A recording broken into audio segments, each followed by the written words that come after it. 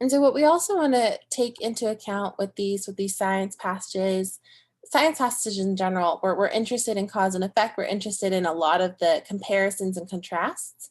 So we're going to be looking for that, especially in this passage.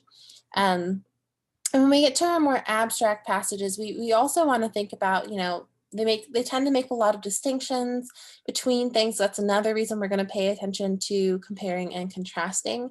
And with the abstract passages, sometimes we're going to feel really lost. There's going to be a lot of dense words. It's going to be really kind of hard to track. And so with these passages in particular, you do want to slow down and just let yourself understand, let yourself make it make sense. Because the key to these is really just, letting yourself build the picture in your head. Sometimes I have folks who draw pictures too, and that's fine. The abstract passages tend to be a little more difficult for people to understand because, they take 3 other passages to be more concrete and you can see what's happening pretty well. So with these, we're not going to get too flustered. We're just going to let ourselves build the picture and understand differences. Finally, with science passages, and this happens in the philosophical passages too. We're going to look for, our key players, who thinks what, who does what, who's contributing a certain thought or point of view. Often these people are going to be in 2 different teams. So for our boot camp folks, Katie will say, who's on team A and who's on team B.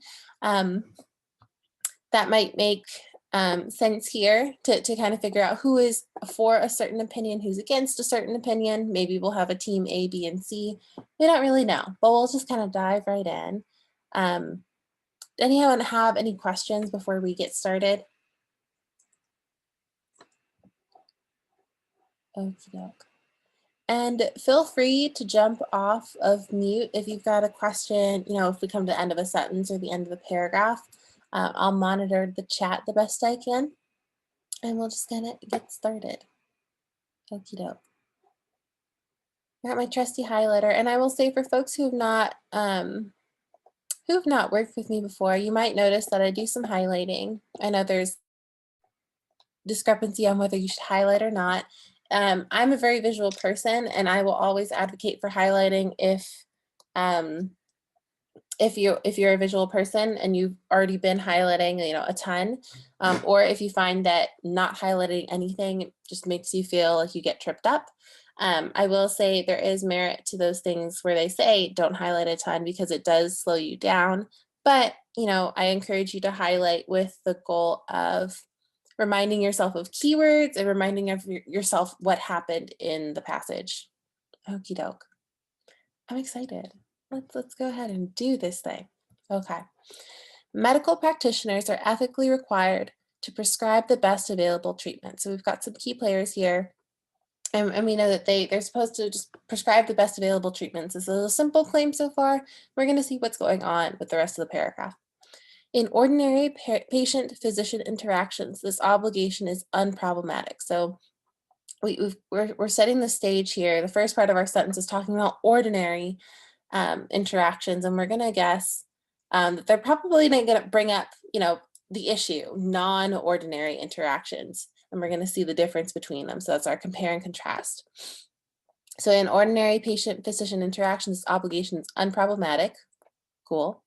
But when physicians are clinical researchers in comparative studies of medical treatment, so when they're researchers, special issues arise. So there's our problem.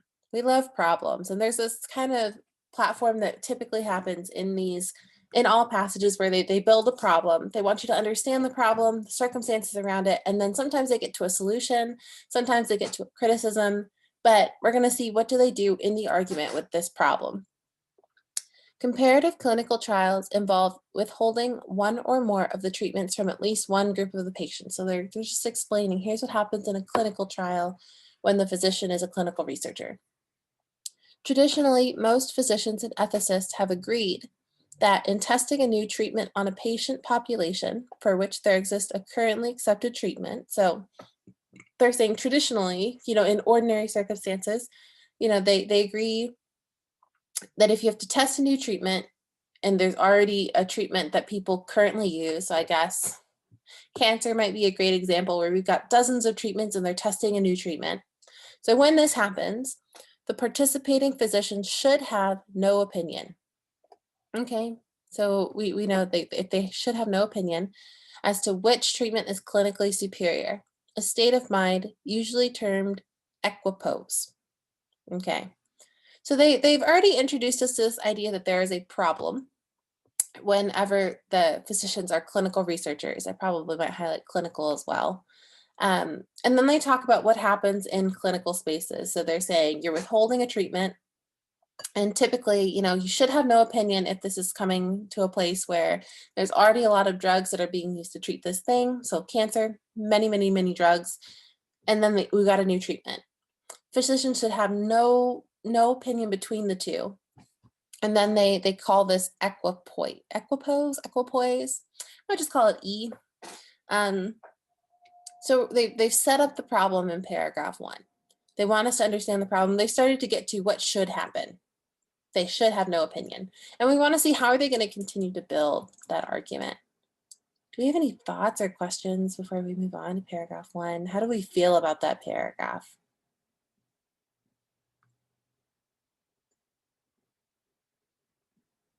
Okie dokie. We got a silent crowd today. Must be early. Got some thumbs. Great. Cool. All right. So we're going to kind of think about, we've talked about, the first part of this problem. We know that they're kind of establishing what the problem is for our purposes here. We're going to think about how paragraph 2 connects to paragraph 1 as we read it. So number 2, unfortunately, so we've got the author rendering a judgment here. So that's a little bit of an author opinion here. I say, unfortunately, the conception of equipoise that is typically employed, which the author termed theoretical equipoise, may be too strict. So now this idea of equipoise, so if we needed the definition, we go back to paragraph 1. That's this idea that they have no opinion whatsoever. This idea of having no idea may be too strict. Cool. So we're going to ask ourselves, why does the author think this? Because that's a pretty bold claim, hasn't supported it so far. So we can guess that the paragraph number 2 is going to talk about, why is this too strict? So they've given us a problem in paragraph 1, and we're going to probably get to why is this too strict? How does this build onto the issue? Theoretical equipoise exists only when the overall evidence for each of 2 treatment regimens, so the evidence here for 2 different treatment plans, is judged by each clinical researcher to be exactly balanced, an ideal hardly attainable in practice. So, we have a necessary condition here.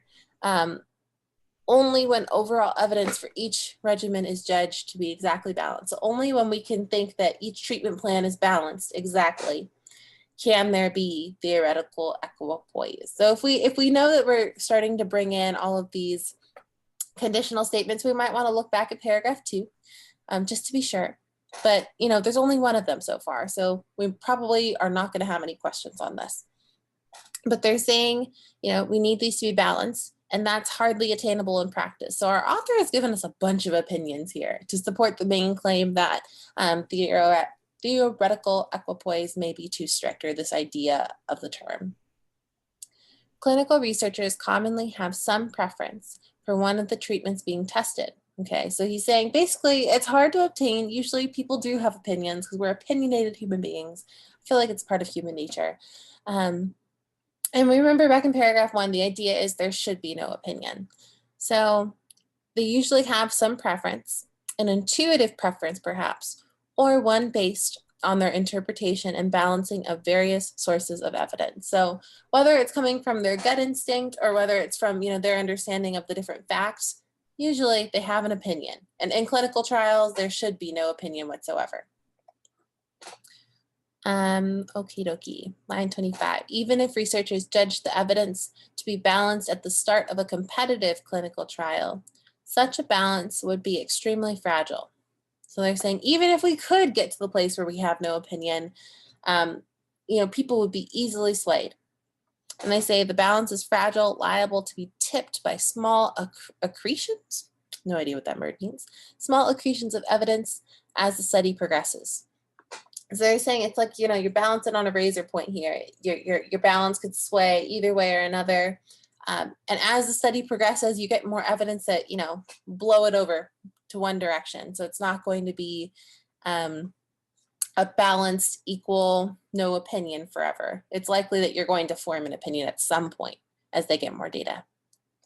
Consequently, if the standard of theoretical equipoise is adhered to, few comparative clinical trials would commence and even fewer would proceed to completion.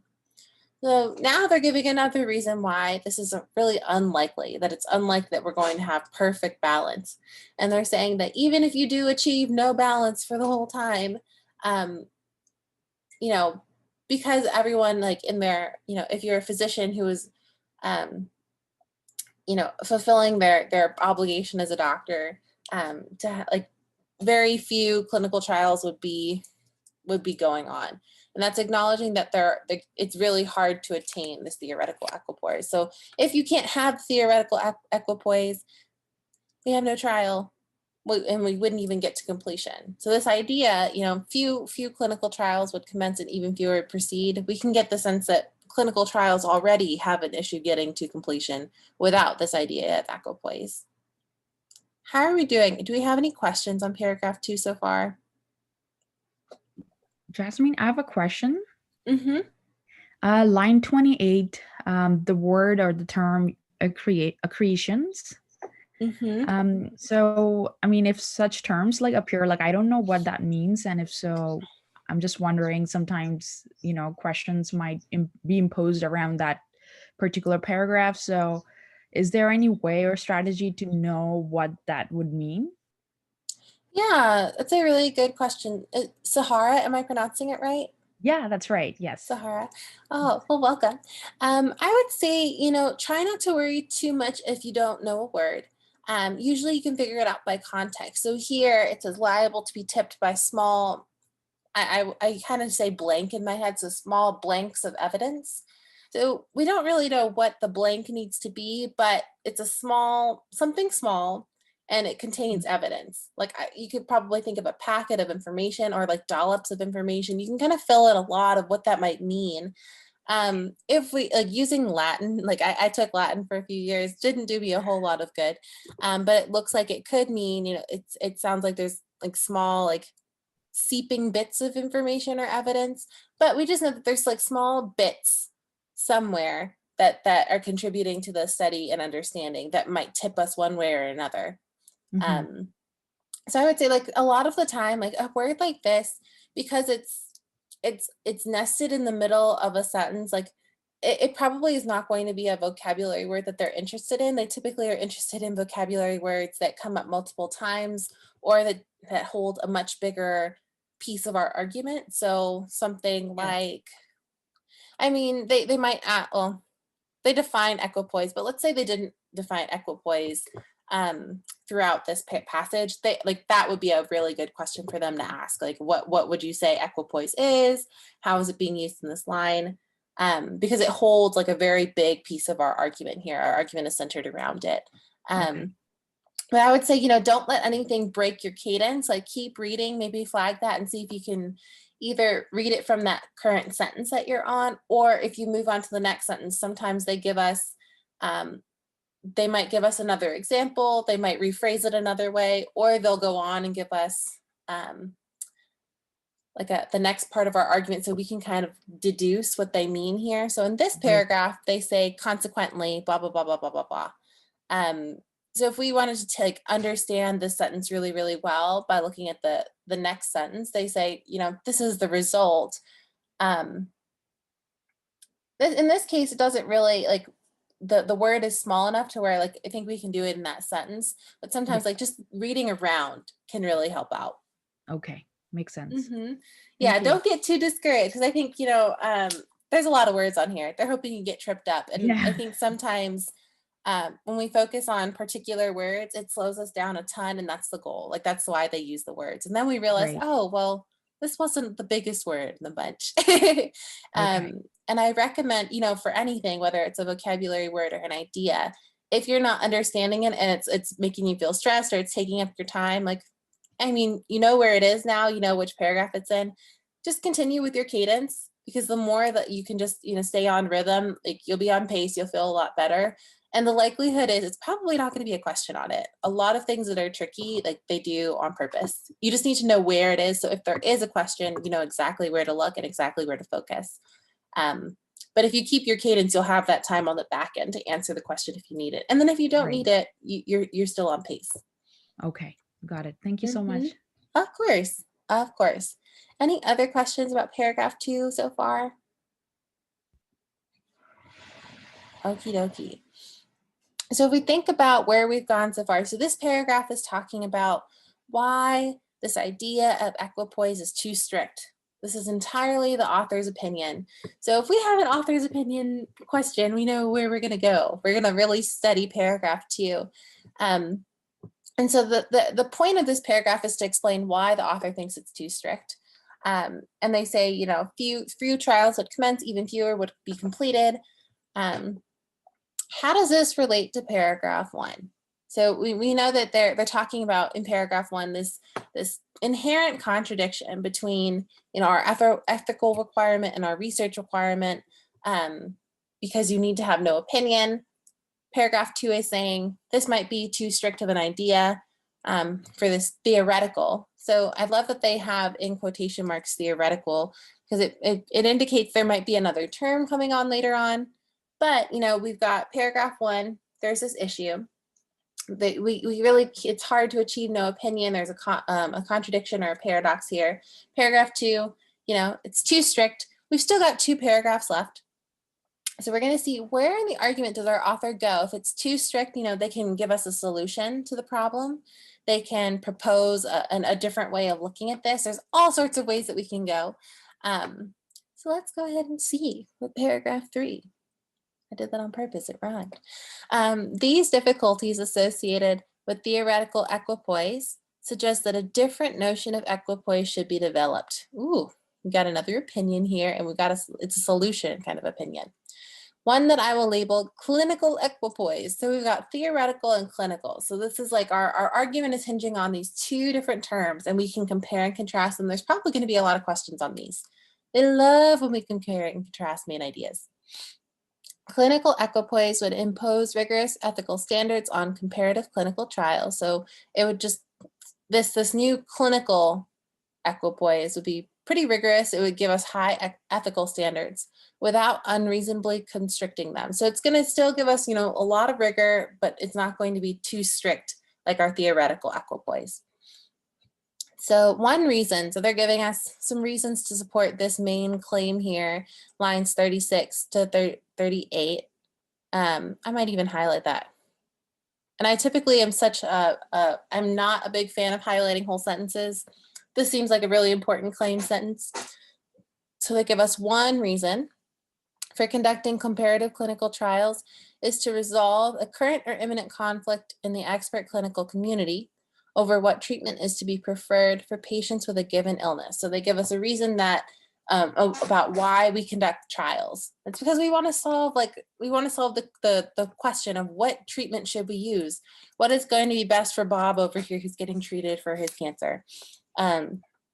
So it says it could be that the standard treatment is A, but new evidence suggests that B will be superior. So they're giving us an example now. It's a pretty broad example.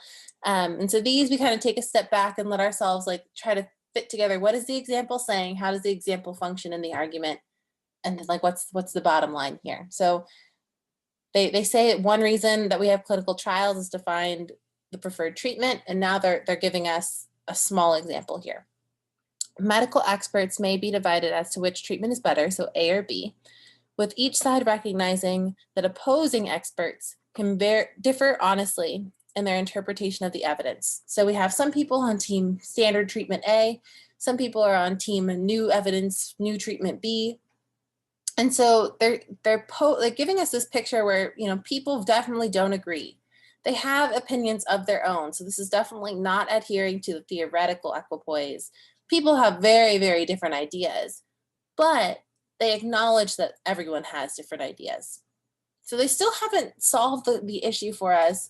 They do say this clinical equipoise is less restrictive, although it still has high ethical standards.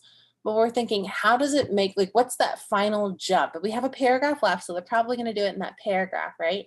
So we're thinking, what are they going to do to help us solve the issue? How is this, definitely better than our theoretical equipoise? Do we have any questions before we move on to our last paragraph? I'm so excited. I'm so excited, y'all. Okie doke. We're rolling right through. This is great. All right. So paragraph 4. So we're thinking about this whole journey. We've got our initial problem. Theoretical equipoise is, this is the issue, the research requirement versus the ethical requirement. You need to have no opinion. In paragraph 2, we say, this idea of having no opinion is too strict. It's almost impossible. Paragraph 3, we start to get a little solution. We have our new clinical equipoise, which acknowledges that people themselves, as a medical expert, you definitely have an opinion, but you recognize that other people may have differing opinions, and that's okay. You interpret the evidence differently. So now we're thinking, what's going to happen in paragraph 4 to tie this all nicely together for us here. The very absence of consensus within the expert clinical community is what makes clinical equipoise possible. Okay, I like possible is what makes. So that could be, we can interpret that as a necessary condition. I don't know if it's worth, really, really honing in on to see if they're going to give us a set of conditions and seeing what makes sense, but always nice to know. One or more of a comparative clinical trials researchers may have a decided treatment preference based on their assessments of the evidence. So this is similar to what's going on before. They're saying some people have a very firm opinion based on whatever's going on, based on the evidence, they have a preference between the treatments. But that is no ethical bar to participation in the trial. So that's the difference between theoretical and clinical equipoise. Here, you can have an opinion and you can still do the trial. The clinical researchers must simply each recognize that their less favored treatment is preferred by a sizable constituency within the medical profession as a whole. This is, they're really beating home this main point that yes, we have, divided opinions on what is more, what would be a better treatment. But this divided opinion is what makes it work. This is what makes clinical equipoise possible, because this is how we maintain our ethical standard. As individuals, we don't have to keep this this balance. We keep it by acknowledging that other people are balancing our own opinions out. All right. So, do we have any questions on paragraph 4 or the passage as a whole so far?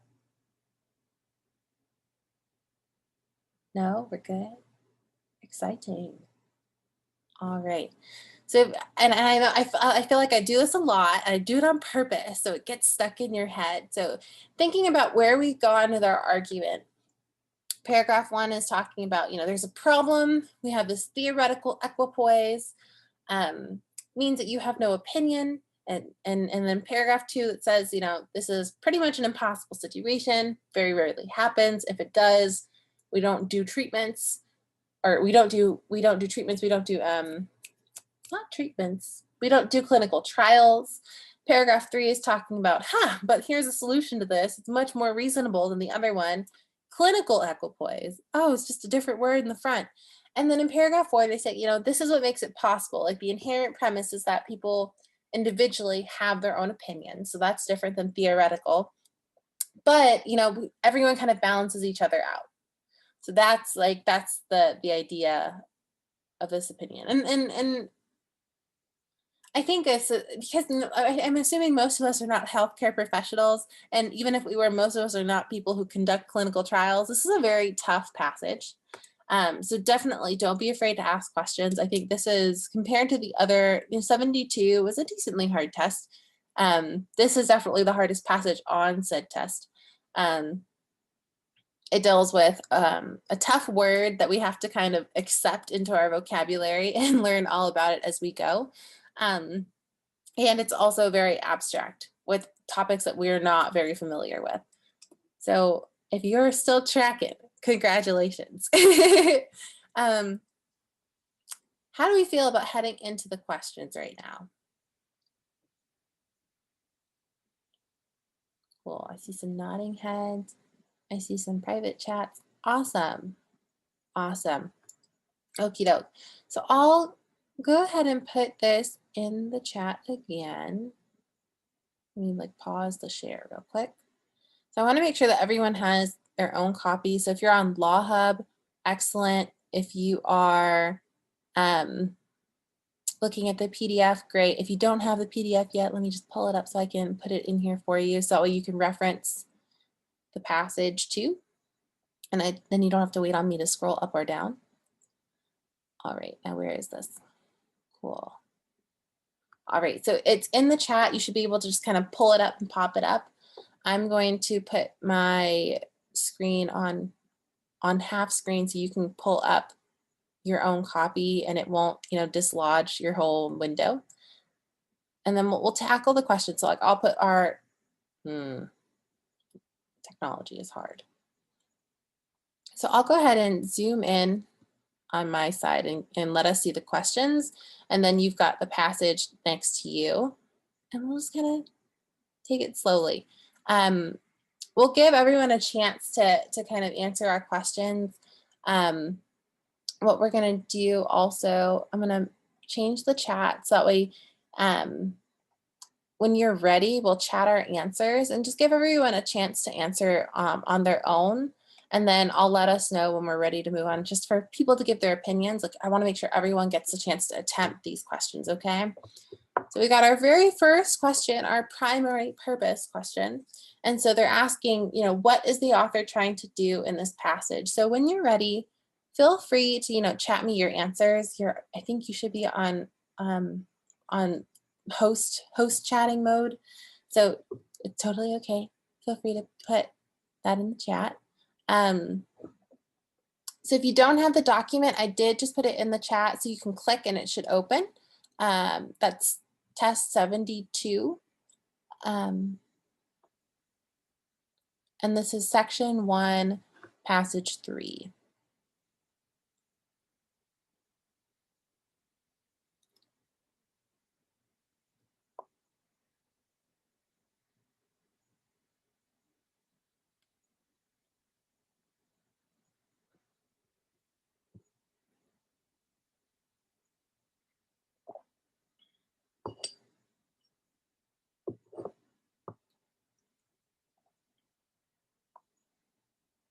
I feel like I should have like cool Jeopardy music or something going on.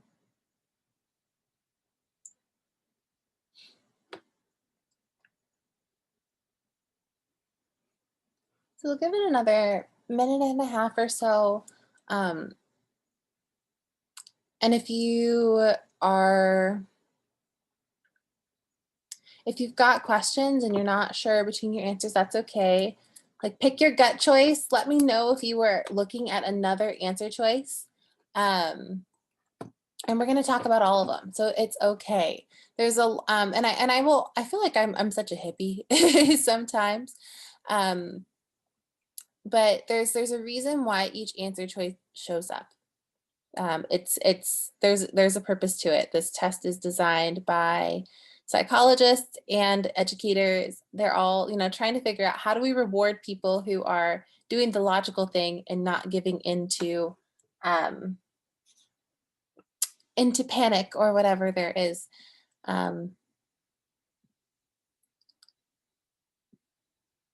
Alrighty. We got quite a mix of answers. People liked A, B, and C for the most part. Okie dokie. So we look at A, explain the difference between two conceptions of an ethical standard together with how these conceptions would affect comparative clinical trials.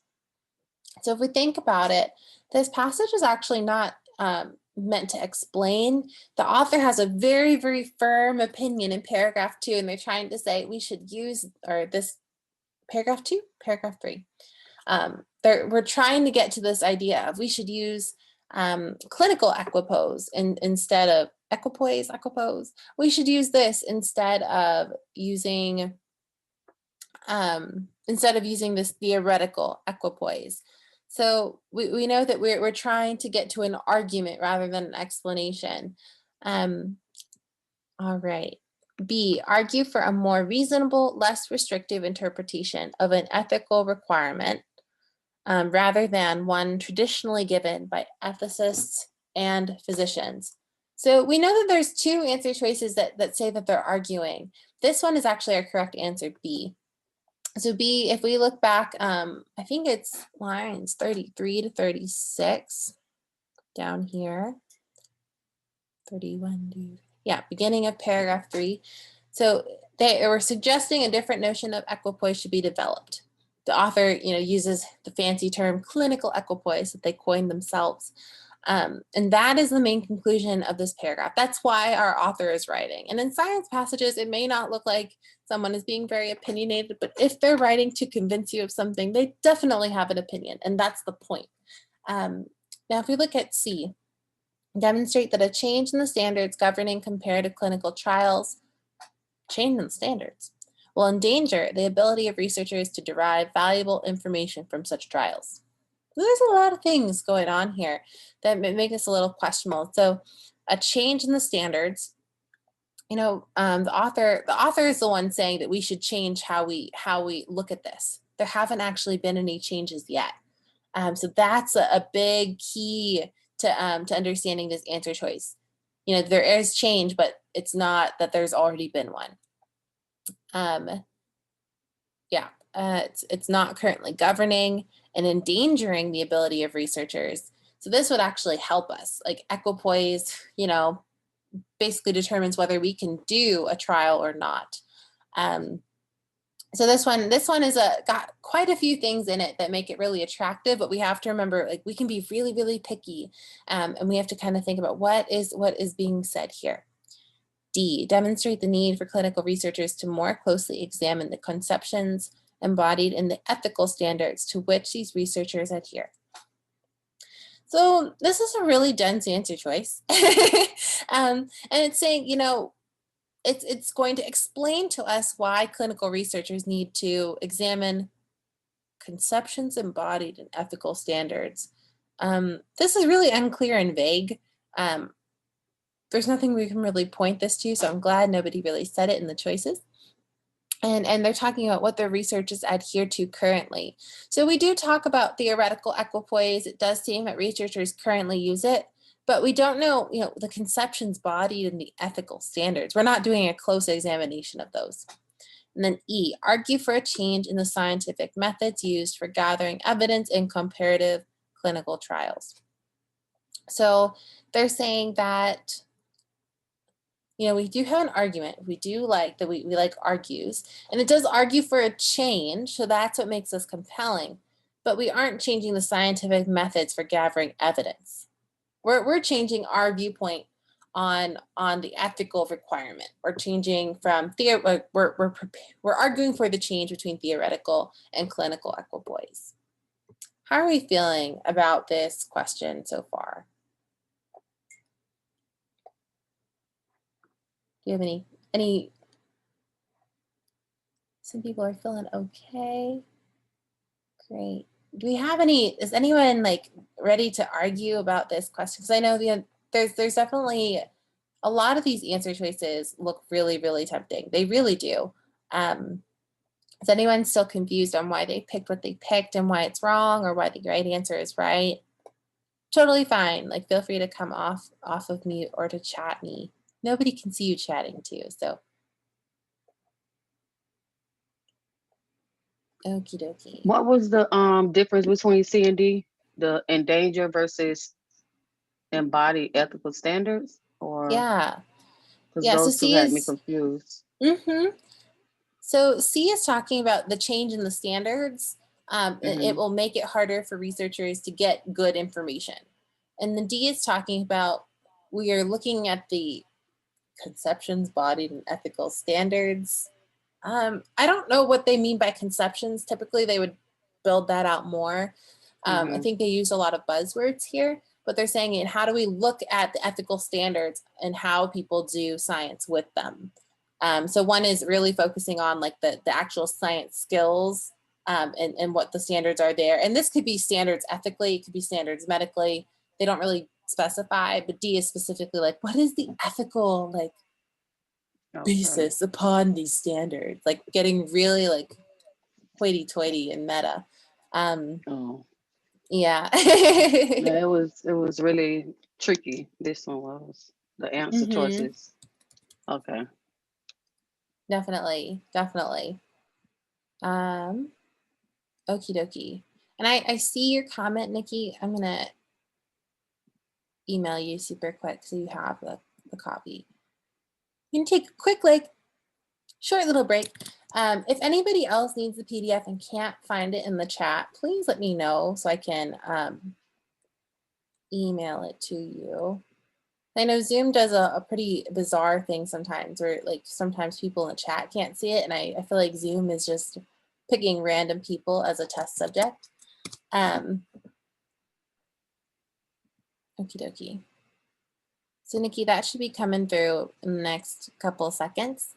So hang tight. Thanks for bearing with us. Alrighty, so we got 14. So we're feeling good about 14. We went ahead and picked B.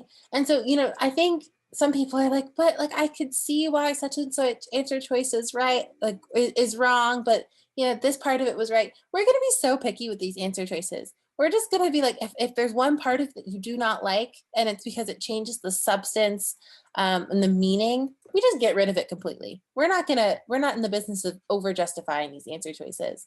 And I would say if you're between a couple of things, go with your gut choice, because your gut choice, you know, there's studies that show your gut choice is often going to be the right choice. And if you're between things, the more that you linger and think about both answer choices, the more likely you are to pull outside assumptions and to just muddle everything together. And you're going to forget like what is actually in the text versus what is your understanding or your assumption.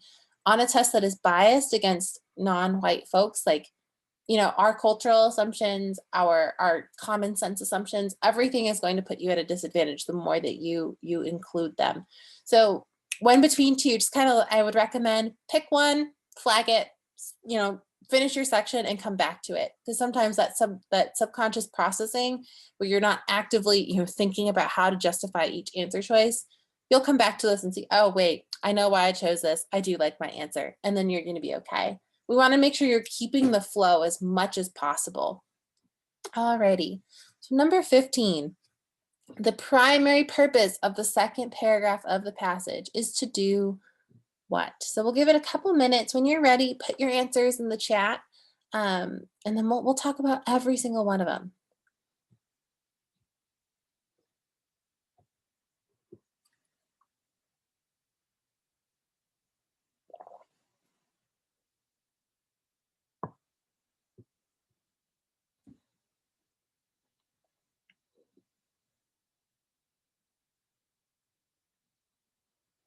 And if we remember, this is the paragraph talking about, you know, clinical equipoise is a little, you know, too strict. It's giving us the issue with it.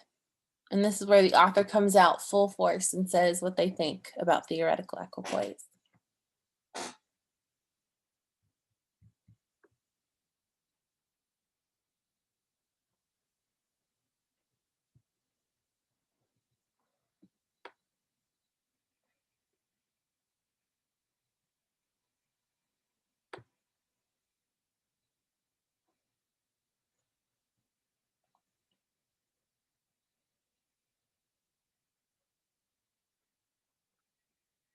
It's also encouraging to see that like a lot of people are between the same answer choices. So I'm like, oh, know that you are in very good company. If you're between things, you're not the only one. We'll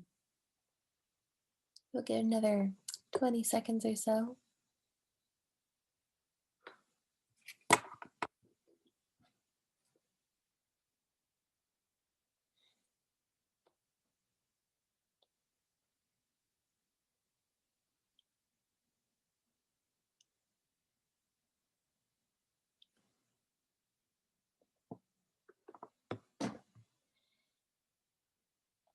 Okie dokie. So most people fell between C, D, and E. And if I am seeing all of the chats, it looks like Nobody said A or B if you responded. So if we think about A, provide a view that contrasts with arguments in favor of clinical equipoise. Somebody want to say why they did not like that answer choice?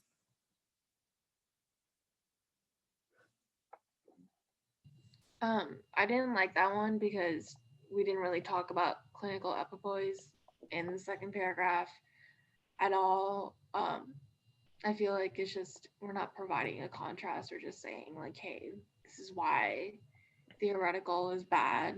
Like that was the main purpose of it. Right. Totally right, Jennedy. Because, we haven't brought up clinical equipoise yet, so we can't contrast them. Unless they like, if this were to be the right answer, we'd have to say, there are two types of equipoise, maybe in that first sentence of paragraph 2, and this is the first one. Like, you could probably get away with that, but they didn't bring up clinical equipoise whatsoever. So this is not our answer. Very nice. What do we think about B? Explore the factors underlying physicians' preferences regarding competing treatments. Latoya, what do you think of this one?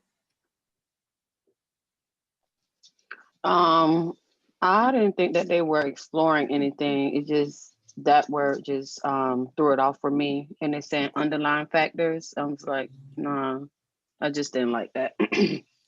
Right. Yeah, we I don't thought really that one talk was way about, off. yeah, because we don't talk about their preferences in this paragraph. We're really focusing on the author here. They're like, this is why I don't like theoretical equipoise, guys. Nice job. So now we're getting to our popular answer choices, C, D, and E.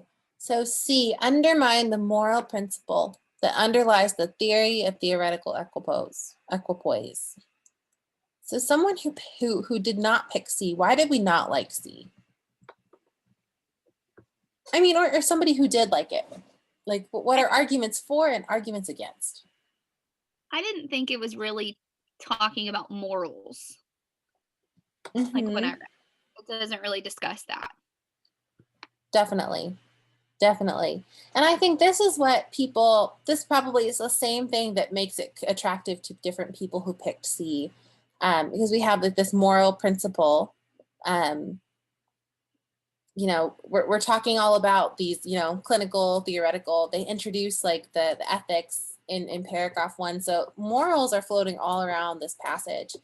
But here, we're not trying to undermine the moral principle, because there is no real moral principle to undermine here. We're just trying to think about, why is it too strict? Why is it not an attainable goal? And I think, just because like the author is saying they don't prefer this theory, that there's some issues with obtaining it. Some people might see that as undermining, but to undermine is to really go ahead and weaken the argument, to say that this is the worst idea I've ever heard of. Here's all the flaws with it. All they're saying here is that, if it's hard to obtain, nearly impossible, and if you do attain it, here's what happens. We just don't have as many trials. So they're not, passing a judgment on it or undermining it, and they're not undermining the moral principle. Anybody have any questions on why C is not our answer? Anyone want to fight for it? Okay. Now we got D and E. So D, state the main difficulty with adhering to the standards of theoretical equipoise. Does anyone want to talk about this answer, why they did or didn't like it?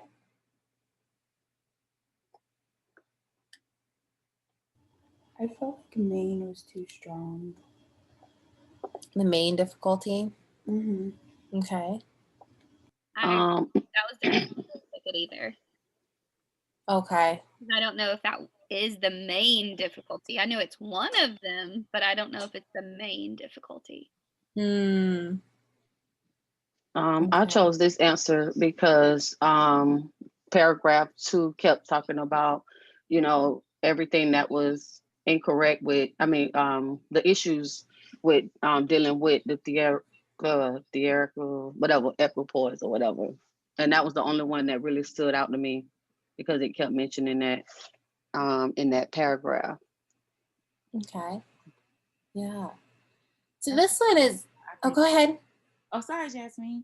No, go ahead. The reason why I picked it, when we talked about the difficulty with adhering to the standards, that was the only one that really talked, outside of E, but that was the main one that really talked about the difficulty and the standards. That's why I picked D. Gotcha. So D is actually our correct answer. And so, I ask people like, why did you not like this answer choice? Because there's always going to be something that people don't like about the right answer. And so this is the question of, is this a substantive? Like, is this, is it changing the meaning of the answer choice? Or is this a wording thing? So I always encourage you, if it's a wording thing where it's like main, it's like, okay, like they only really talk about one. I don't know if it's the most important. That's a wording question. But if you agree with everything else about it and the only thing you don't like is like a word, maybe don't mark it out, but think about what else do you like or dislike about the other ones. It just means you have to be more suspicious of our other answer choices. But here, the purpose of paragraph 2 is to talk about what theoretical equipoise is nearly impossible to attain. And here's what, like, it's because it's nearly impossible, we would have no clinical, well, not no, we would have less clinical trials if it were being adhered to strictly. But also, we're very opinionated people. It's hard for us to stay unopinionated. And I think, you could make an argument for main because that's what this argument hinges off of. Our argument is talking about later, this theoretical equipoise, which requires us to be opinionated.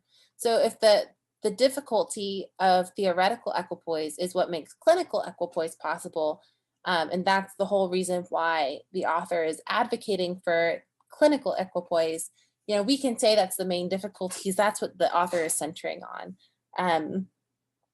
I know this is a tricky answer. And then with E, illustrate the conflicts inherent in the general notion of equipoise. So this is an attractive answer because, there are conflicts, but we don't know what they mean by general notion because it seems like equipoise, are we talking about either of the authors' definitions? Are we talking about equipoise? Like, what is equipoise in general? Because the author makes a distinction between theoretical and clinical. They kind of developed this clinical idea. So then, like, I guess, are we thinking about only theoretical? But the author, even so, doesn't think that there's a conflict inherent. If researchers thought that the treatments at hand, A and B, were actually equal, there's no conflict. And so that's what's tricky.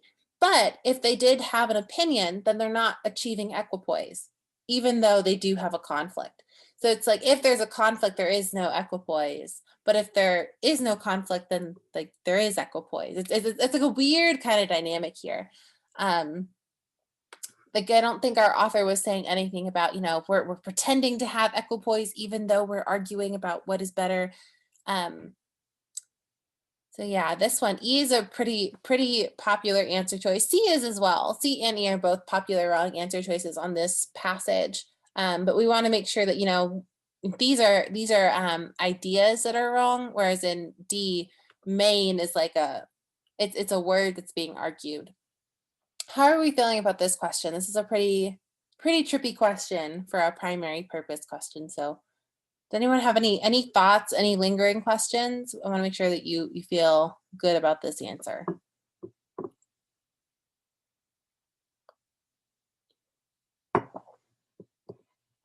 Nothing? Okay. All righty. Moving right along to 16. Okay. According to the passage, which one of the following is true? Okie doke. So we'll give it a couple of minutes for us to work through it real slowly. When you're ready, put your answer in the chat. So this is one where if you did your keywords or if you just have that stellar memory, you want to know where to look, and that's going to save you a lot of time. So this is why I say, if you're a January test taker and you don't have a whole lot of time to change your strategy, implement keywords. That's going to help you to know where to look and save you some time in searching rather than reading the whole passage over. If you're somebody who has a little bit more time, this is like, if you practice this now, this is going to be, it's going to be your best friend.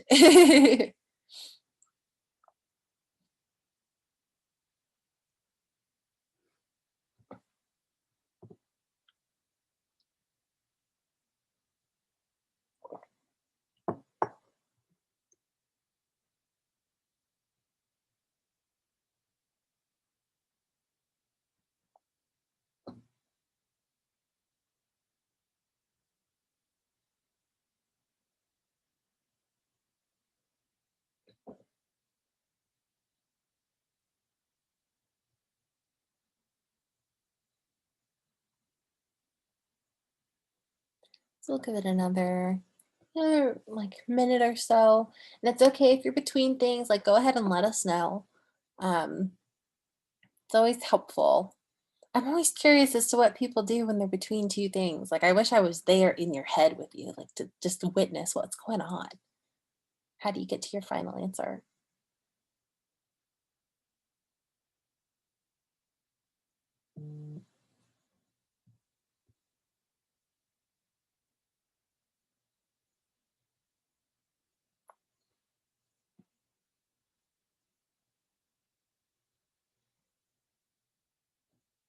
How are folks feeling about this question?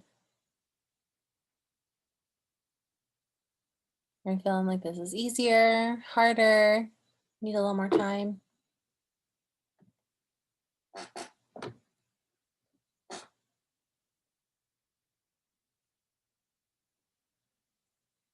Okay, so gotten some pleading requests for another minute or so. So we'll give it another minute and then we'll just talk about it. And if at that point you're still between things, it's okay. We'll talk about it.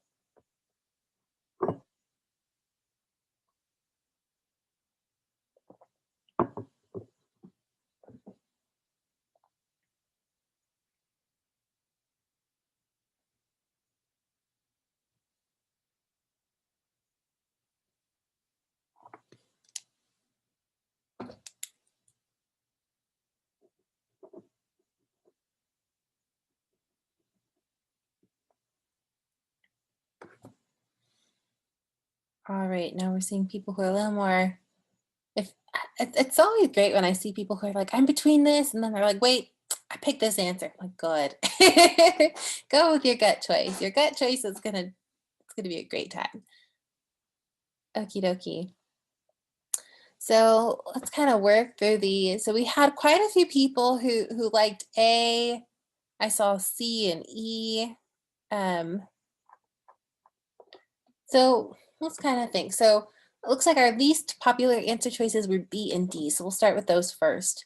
B, clinical researchers are often forced to suspend comparative clinical trials prematurely because initial data from the trial strongly favors one treatment over another.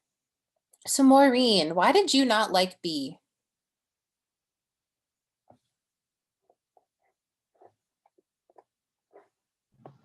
Sorry, I forgot I was unmuted. It's okay.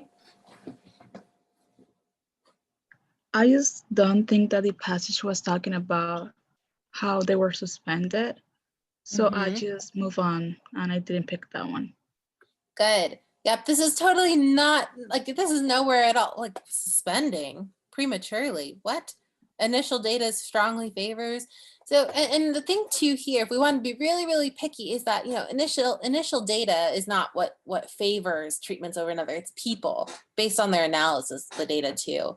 There's a bunch of things wrong in here, but like, you know, we didn't talk about suspending trials.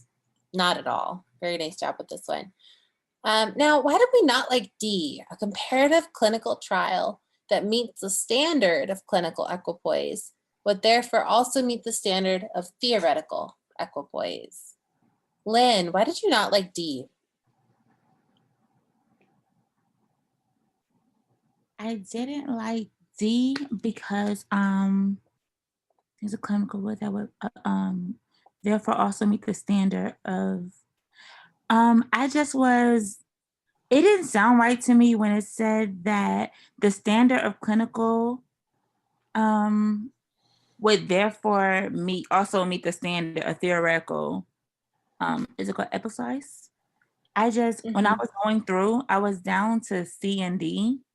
Well, I had already knocked out A and B. I had knocked out E because of the conduct comparative trials in accordance with standards. That was not what we was talking about. So once I had knocked out A, B, C, and E, I didn't like that last sentence.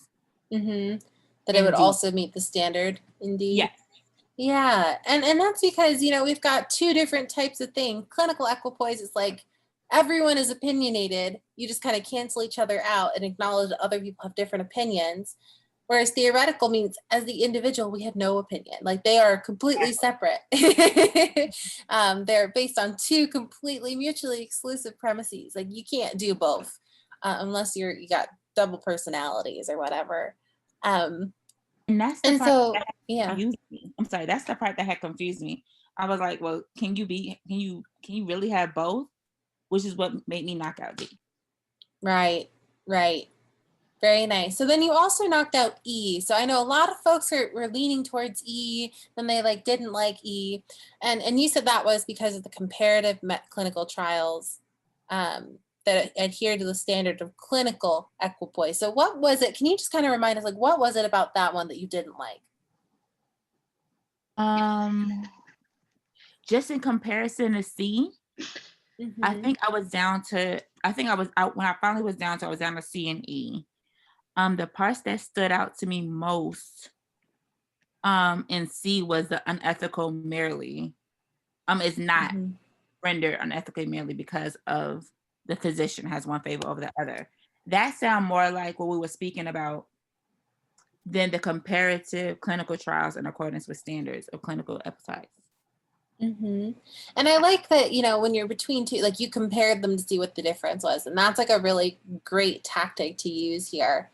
And with C, medical researchers generally try to conduct in accordance with clinical equipoise. If we remember, our author created this standard, or they proposed the standard to be used. So we can think that it's not being used yet.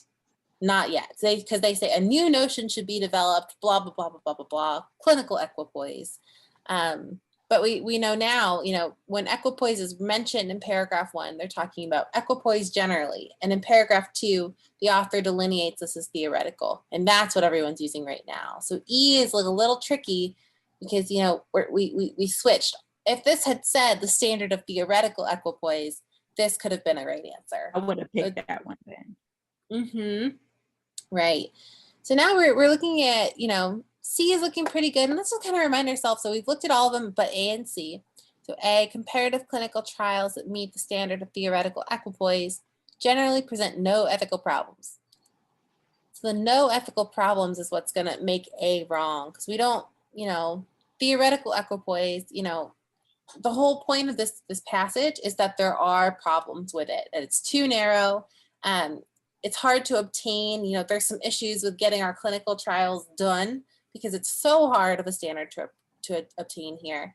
But C is going to be our answer, like Lynn said, because we're thinking, just because, our physicians have opinions, it does not mean that it is unethical. That's why we're going to build in this new clinical equipoise approach. Any questions on question number 16? No? Alrighty. We're just chugging right along. Let's see. We've got a few more questions. And I know we're getting close to time, so if you've got to go, that's okay. I'll make sure I send you these, but we're going to get down to it. I think we can do it. So number 17. If I could make this a little smaller, that'd be great. Well, that's a little too small. So 17. Suppose two medical treatments are being compared in a clinical trial for their effectiveness in treating a condition. Based on the passage, which one of the following scenarios would be significantly more likely to jeopardize theoretical equipoise than clinical equipoise? So we're thinking, in which scenario are we jeopardizing theoretical equipoise and not necessarily jeopardizing the clinical equipoise? So ask yourself what jeopardizes theoretical equipoise and what matches up in our answer choices. We'll give it a couple minutes to ruminate. And when you're ready, just put your answer in the chat.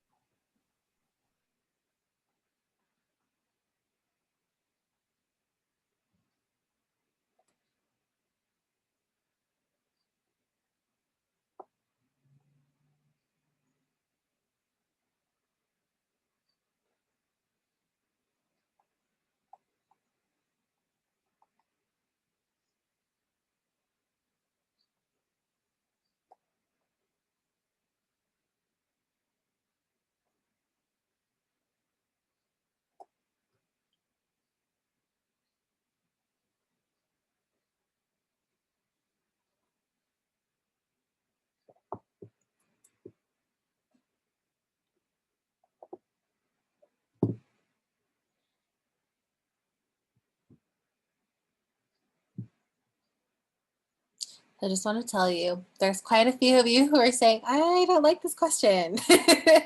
That's okay. You are not alone. There's at least like 5 other people who have said this as well. And if you haven't actually thought that, I'm like, oh, well, special pancake. I was talking to someone yesterday. I don't like reading, like in general. Whenever I see a lot of words, because I definitely think in pictures as a baseline. Oh gosh. So whenever I see like large sentences like or paragraphs like this, and each paragraph is another answer choice. Oh, whew. So I definitely am in the same boat as y'all with this one. So if you're between anything, go ahead and let us know. It's okay. We're just gonna go right through it. We're gonna talk about each of them. It seems like we all could use a little discussion on this one. So.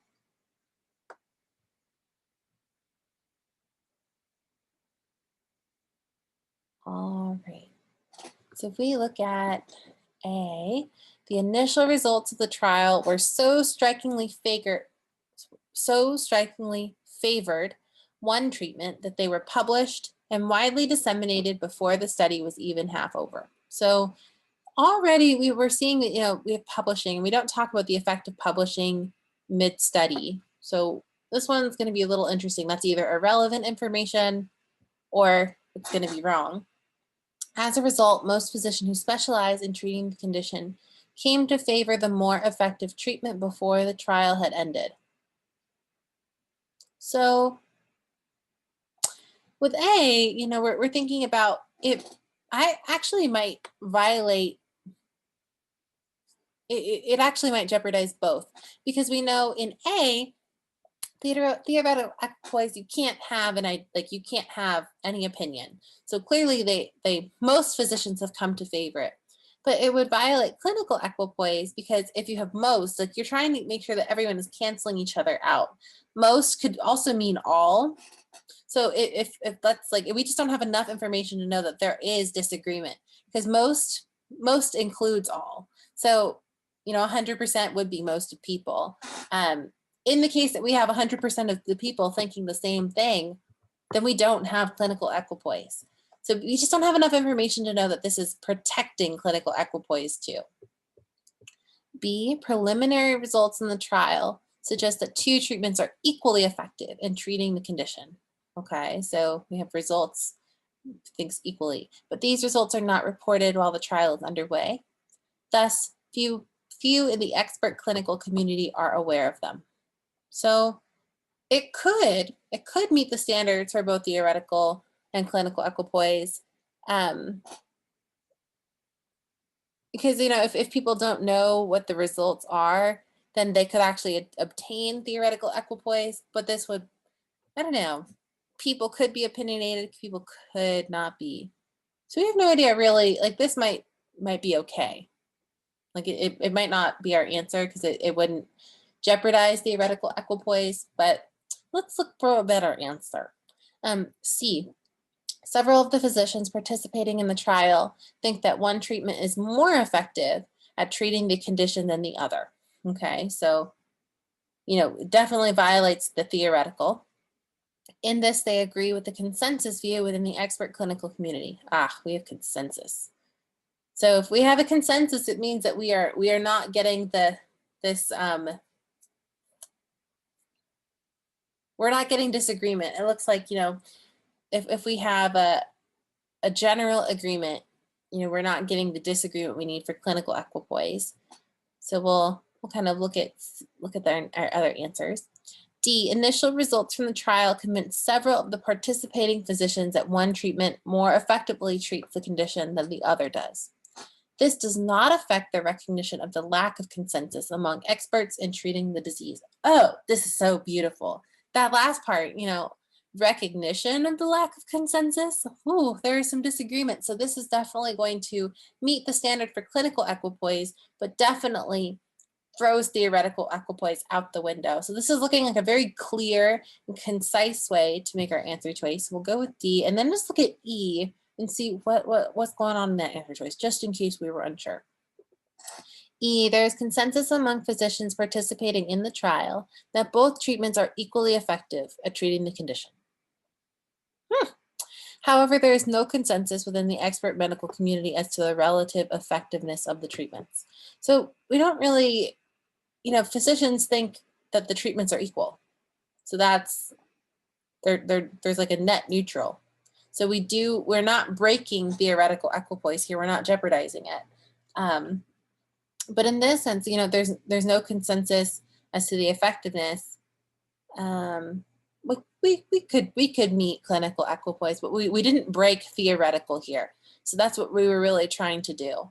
So D is the only one that really breaks theoretical equipoise without question and supports clinical equipoise in our answer choice. Do we have any questions about number 17? I know this one took a whole lot of reading and a whole lot of thinking. Did anyone have any questions on this? Yes, I was between B and D. Can you explain B again? Yeah. So it would be, our preliminary results in the trial suggest that they're equally effective, but they're not reported while the trial is underway. So very few people are aware of them. So like if the expert clinical community is not aware of it, they could either be really opinionated, they could also be, completely ignorant and be neutral. So it's possible that we actually are not jeopardizing theoretical equipoise. Whereas in D, we are definitely jeopardizing the equipoise. So the B is an attractive answer choice because it could meet the standard or it could break the standard, but we don't know which one it is. It's really, really ambiguous. So this would not be more likely to jeopardize it. But D, they definitely know there's a lack of consensus and that people have very, very strong opinions here. Does that make sense, Maureen? Yes, thank you. Cool. Anybody else before we move on? Okie dokie. Number 18. Which one of the following most accurately expresses the main point of the passage? Look at that. We've got primary purpose and main point. We've got 3 of those questions. So, so reading for structure is going to get you quite a few points on this test. So we'll give it a couple minutes. And if you've got to hop off, no worries. No worries. But for those who can say, we're just going to kind of wrap up our questions. So we'll take a couple minutes and think about what accurately expresses the main point.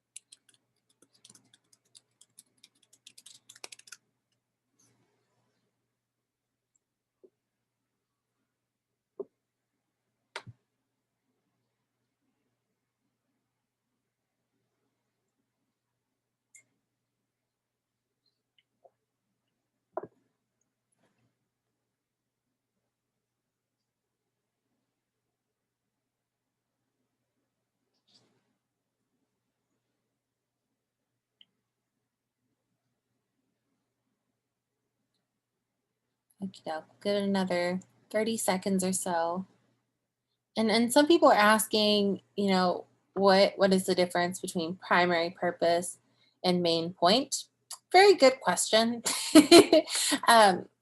TBH, I haven't really thought about that until now. I would say main point is asking like what, like if you kind of break it down into your questions of like who, what, when, where, why, the main point is saying like what is the main point, and the primary purpose gets at like why or how you get to the main point. I would say it's really tackling the reasoning, whereas main point is really like what's the bottom line.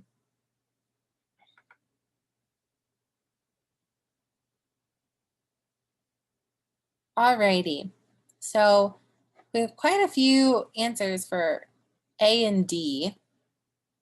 And I'm sure, there are lots of other answers floating out there in the universe. So let's look at A, the ethical requirement that physicians prescribe the best available treatment to their patients. So this is that that was mentioned in paragraph 1, is jeopardized by an overly strict conception of equipoise. So, strict equipoise, it doesn't actually, jeopardize Well, equipoise doesn't jeopardize the ethical requirement, but it does, it hurts our ability to do experiments. And so that's what the author was saying.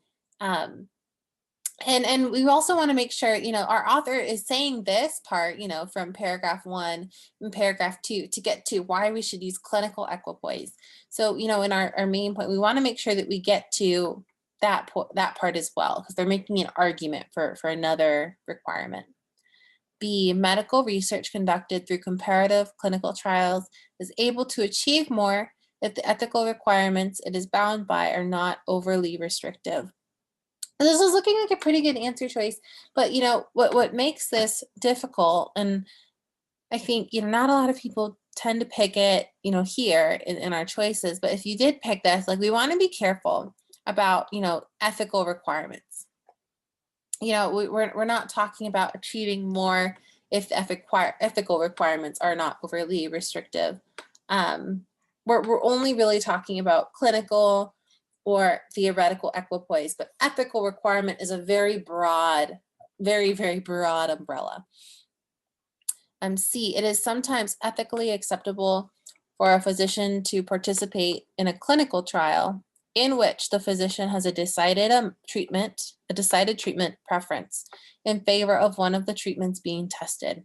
So technically this is true. A lot of people tend to pick true answers because they are true and familiar.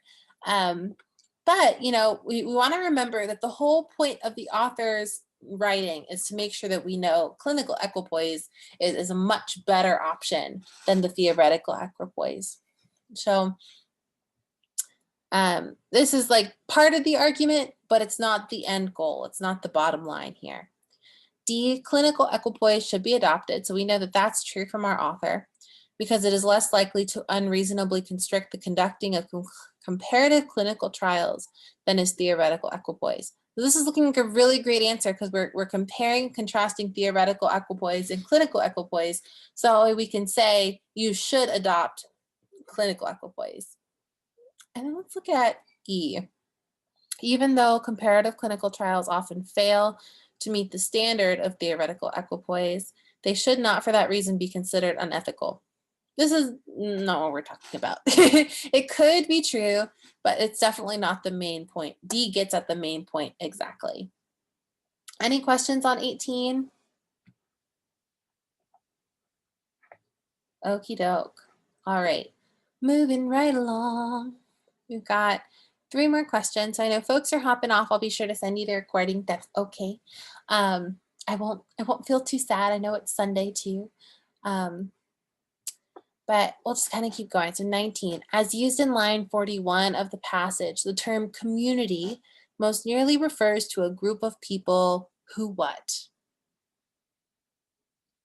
So we'll give it a couple minutes.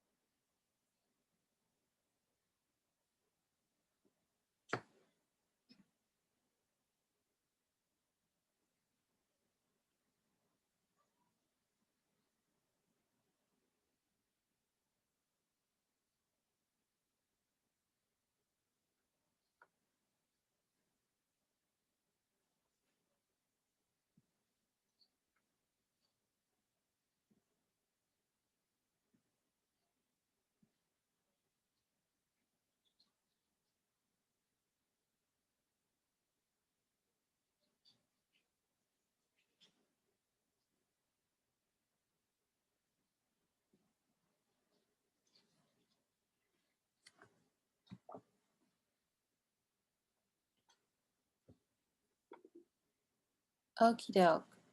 So we've got quite a few answers up here. So a lot of people liked A. Community focuses on a common set of a group of people who focus on a common set of problems using a shared body of knowledge. So if we remember what line 41 is talking about with community, like if we think, I think that's where it says expert clinical community, if I'm not mistaken. Yeah, so we have our expert clinical community. So this was not like a main point of our you know, this wasn't a main vocabulary word or phrase. It's just, you know, it's getting us to our main point. And so there, you know, for context, we're thinking about this is probably experts like doctors, researchers, and they probably know a lot about, you know, treatments and illnesses and whatever. So A is a really great answer choice. Those who focus on a common set of problems, so like, you know, our medical community, using a shared body of knowledge. You know, let's say, you know, if this is like a cancer treatment community, like they would know, they would focus on cancer issues. How do we study it? How do we treat it? And their body of knowledge, you know, of cancer treatments and such would be common knowledge on how to treat it. So this is looking like a great answer. We'll look at the other one. So B, those who live and work in the same geographical area as one another. Nope, we're talking about experts here, an expert clinical community. We don't have evidence to know that they're living in the same place. C, those who share opinions that differ significantly from those of other groups. So, you know, we know there's sharing of opinions, but we don't know differ significantly from other groups. The common people could also agree with clinical professionals. D, those whose association with one another is based on similar ethical values. So, you know, this one looks like a really compelling answer, and a lot of people pick it because of the word ethics. But if we remember, you know, our author is talking about this idea that you could either have like no opinion, or, you know, people could be vehemently disagreeing, and that's how we achieve clinical equipoise. So we don't actually need to have similar, you know, we don't have to have similar thoughts, and those might not even be different ethical values. We don't know if they're similar or different. E, those whose similar research methods are employed in unrelated disciplines. We're not really talking about unrelated disciplines because we're talking about the medical field. So A here is the best answer. And maybe you got that right away and you saw A, like, oh, I like that one. Don't even need to think about the other ones. With these line reference questions, you can totally do that. And I encourage you, like, as you get more confident, look at it, maybe skim through the rest of them. But if you know that A is right, there's no reason to look at the other answer choices if you're pressed for time. Maybe flag it and look at it at the end, but you're good. Any questions on this one before we get to 20? Okie dokie. Number 20, according to the passage, which one of the following is true? So this is another one where if you know where to look, you'll be pretty prepared. So we'll give it a couple minutes and then we'll talk about our answers.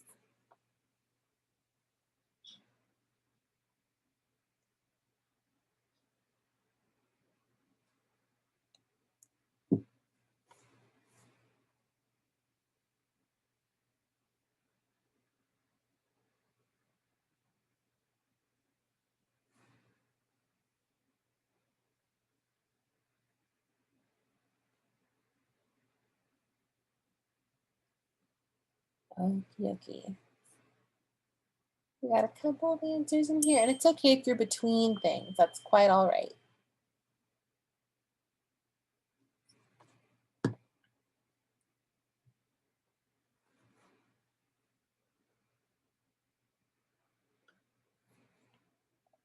Okie doke. So according to the passage, which one of the following is true? A, most clinical trials that are conducted to meet meet the appropriate ethical standards. So this is tricky because of the word most. We don't know if most is true. We don't know if it's supported by the text. And we don't know what appropriate ethical standards would be. We've actually not been talking about real clinical trials here and if they meet standards.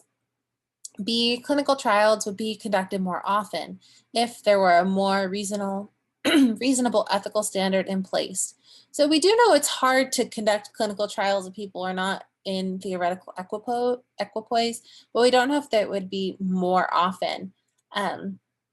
It just says at the end of paragraph 2, I believe, like if you actually follow theoretical equipoise, then you have fewer trials. So it's either the case that you have very few trials at all, or you have a lot of trials that just don't adhere by it.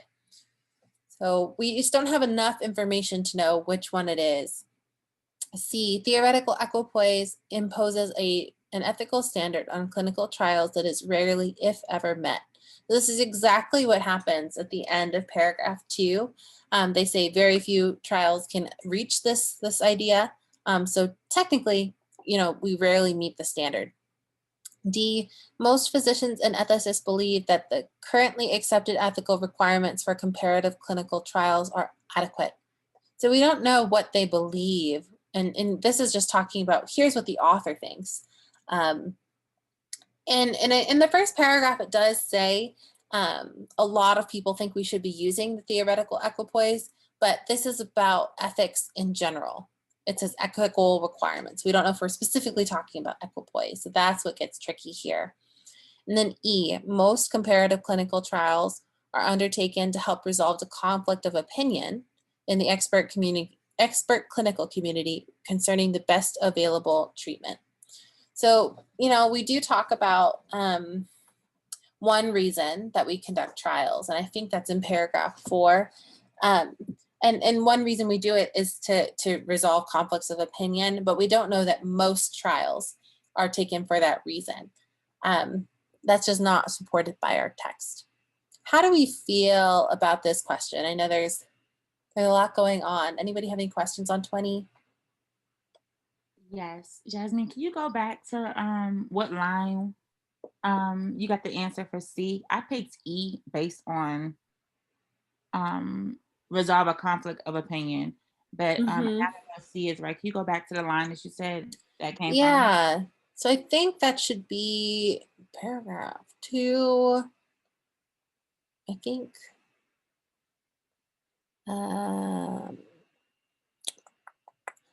So that last sentence. So consequently, if the standard of theoretical equipoise is adhered to, few comparative clinical trials could commence and even fewer could proceed to completion. So if there are very few trials that could commence, that means there's very few instances where they're actually meeting that standard of theoretical equipoise, where nobody has an opinion. Everybody is still stuck on the razor edge of no opinion whatsoever.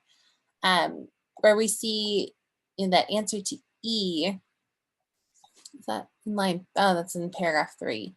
So here we're saying one reason for conducting trials is to resolve the conflict, but we don't know if that's most, or most are doing it for that reason. Does that make sense? It does. It's a tricky one. It's a tricky one for sure. Anybody else have questions on 20? No? Okie doke. Last question. We are here. Okay. So the author's argument in the 3rd and 4th paragraph. So this is where we are talking about clinical equipoise and then, how clinical equipoise works. So that argument would be most weakened if which of the following were true. Ooh. This one, they save the doozy questions for last. So we'll give it a couple minutes. We'll talk through all the answer choices. You're doing great. You're at the end.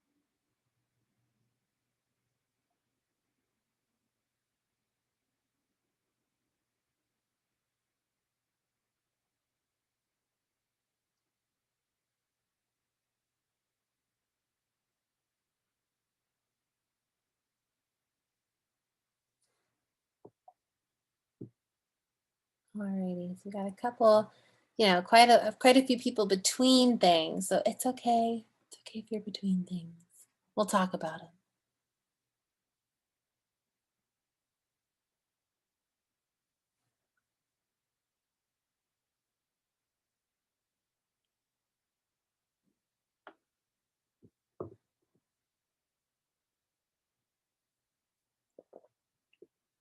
Okie doke. So we got quite a few answers all over the board. Like we really liked A, C, and E. It did not seem like we liked B or D. So we'll look at those ones first. So B, physicians participating in comparative clinical trials rarely ask to leave the trials because early data favors one of the treatments being tested over another. So this one, I think we were all right in kind of not picking this one. We're like, what? Rarely asking to leave? You know, because data favors. This one, you know, it supports the idea of equipoise. Like if we don't have a lot of people feeling conflicted, then it's easier to achieve clinical equipoise. It means that, like, you know, here we can still do the trial and not be neutral, but, you know, we don't really need it to be neutral. So this one doesn't really help us here.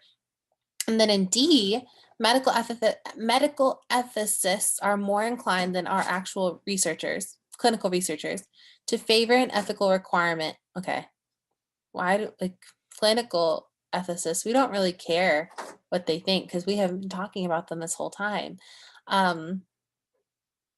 Oh gosh, and even if this was true, yeah, like we're thinking about what is true versus what do they think is true. This actually doesn't really help us here because we really don't care what these random medical ethicists, anemone, what the ethicists think. So now we're between A, C, and E. A, in most comparative clinical trials, the main purpose is to prove definitively what a treatment considered best by consensus of relevant experts is in fact superior to the alternative being tested. So this one, you know, if we think about what's going on in paragraph 3, I think paragraph 3, we know clinical equipoise depends on, you know, disagreement between different people in this clinical community. So for this to work, some people need to think that the alternative is better. Some people need to think the new treatment is better. So if there's a consensus, you know, we wouldn't achieve that equipoise. We wouldn't be achieving that clinical requirement or that ethical requirement here. So since I'm trying to think of like how to think of this here. So since it's unethical, you don't, like, back based on what we say in paragraph 1, this idea that you give what you think is the best treatment. Since it's unethical to give what you think would be a worse treatment, it would be unethical here to prescribe the treatment that the consensus believed was worse. So we would be weakening their argument there. It's like a little convoluted here. I think I confused myself while explaining this.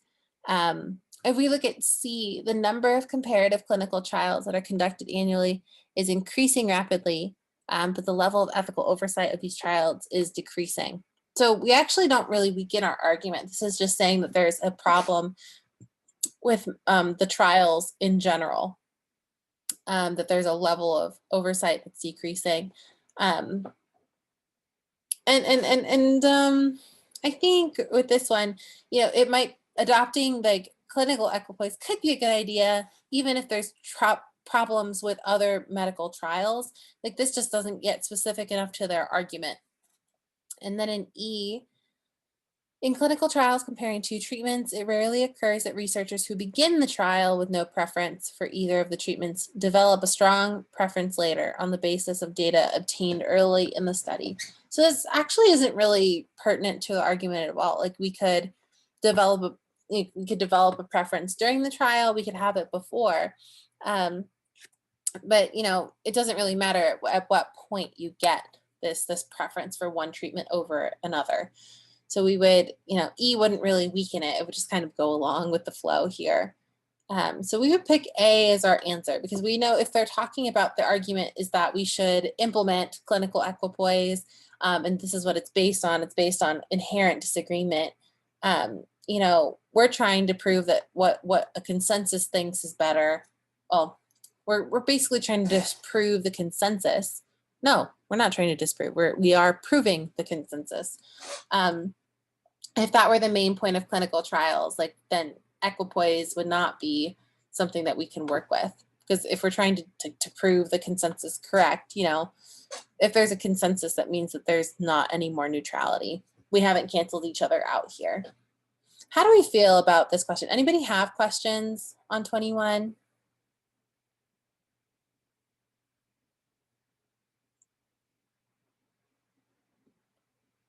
No? We're just sitting here, brains fried? That's okay. I definitely was like, what is this question? Does anybody have any comments or questions as a whole on anything? Anything you want to go back to?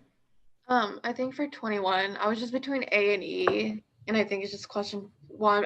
It's also just early for me right now, but yeah. So I was just thinking like, okay, it's the last answer in 21, so I was just like E. So I was just thinking like, okay, I think it's like an issue that a lot of people go through where they're like, okay, it's the last question, so they go with E because it just is the last answer choice. But yeah. It's the fatigue. Yeah. Yeah. And that's hard because it's like, like I know if this were me on this, like, especially after this is like the hardest paragraph of the passage of the test. And so with this one being where you've got like 7 different questions too that are all pretty difficult, it's like, what's going on here? They're hoping that this takes you a lot of time. And so to be quite honest, like this probably would be a question that I skip just so I can get to the next passage. And see what points I can get there, because usually they're not going to put 2 difficult passages together in a row. They'll usually, after one like this being third, they'll lighten it up for you in the last one, because they know that, you know, this is really where people lose most of their time. So yeah. Anybody, any questions whatsoever? If there's none, that's okay. That's totally fine. I know we're like really far over, and it's early and it's Sunday, so thanks for hanging in there, guys. Let me go ahead and pause that.